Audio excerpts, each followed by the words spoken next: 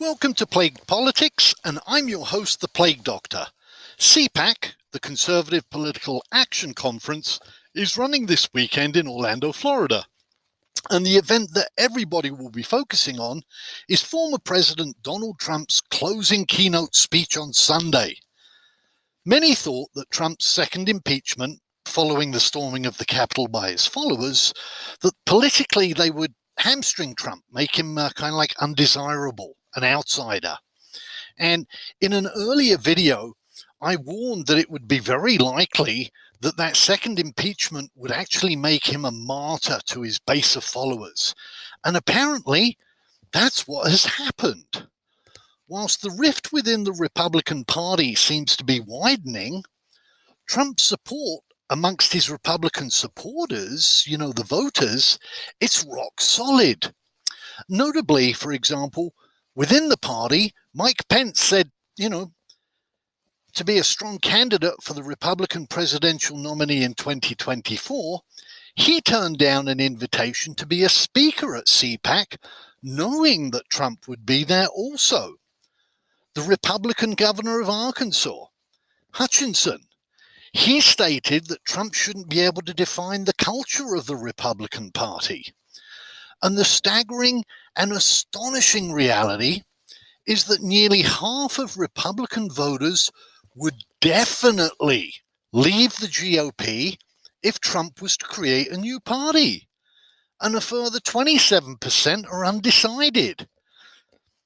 So even if half of those joined, he has a clear majority, kind of like as a one-man show. Add in the fact that amongst Republican voters, Trump is the overwhelming choice to be their presidential candidate in 2024. And the Republican establishment, it's held hostage to these facts. And in some ways, it's paralyzed by it.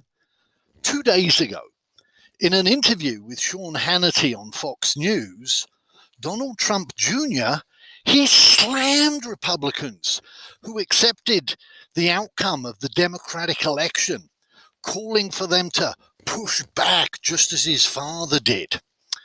I can only interpret this as a public declaration by the Trump Organization that lying, bullying, creating false conspiracy theories about widespread election voter fraud, and continuing to intentionally and in a toxic manner polarize and divide the American population, it will not only be the norm moving forward, but as the numbers suggest, a huge number of Republican voters endorse this kind of behavior.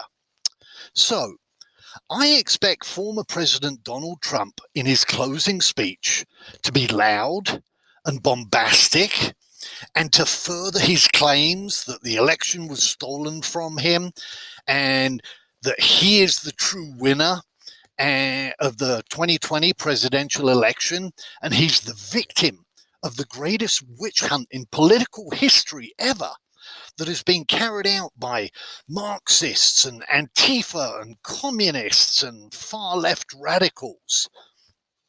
Also watch for him to be outlining the direction in which he believes the Republican Party should move forward in the next 4 years. And that if he is leader of the Republican Party, he will win back the House and win back the Senate for the Republicans in the 2022 elections, and that only he can save America, whatever the heck that means.